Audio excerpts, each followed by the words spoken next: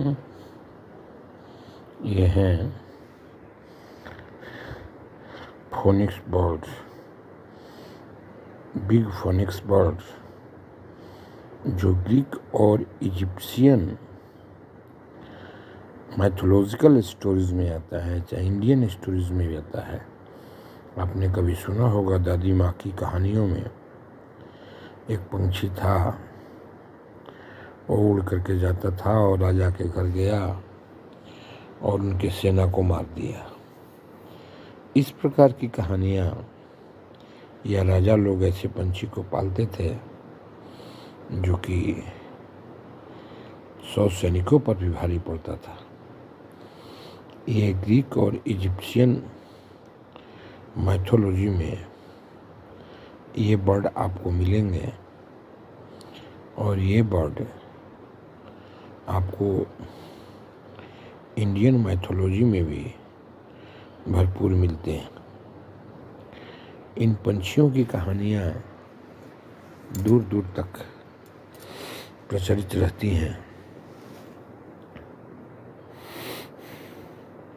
Different किताबों में, different दंत कथाओं में गांव घर की दादी माँ वगैरह जो कहानियाँ कहती हैं, उसमें इन सारी पंछियों की कहानियाँ रहती हैं कि ये किस तरह से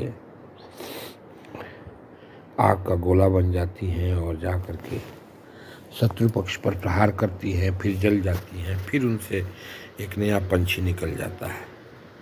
इस तरह की कहानियाँ आपको मिलेंगी और आप देखेंगे ऐसी कहानियों का ढेर लगा रहता है। ग्रीक की मैथोलॉजी में, इजिप्शियन मैथोलॉजी में और इंडियन मैथोलॉजी में भी आपको इस प्रकार की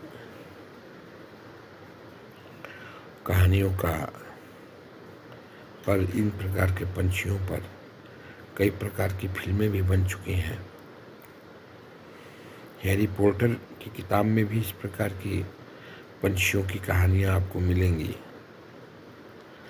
और आप को जान करके आश्चर्य होगा कि लोग बड़े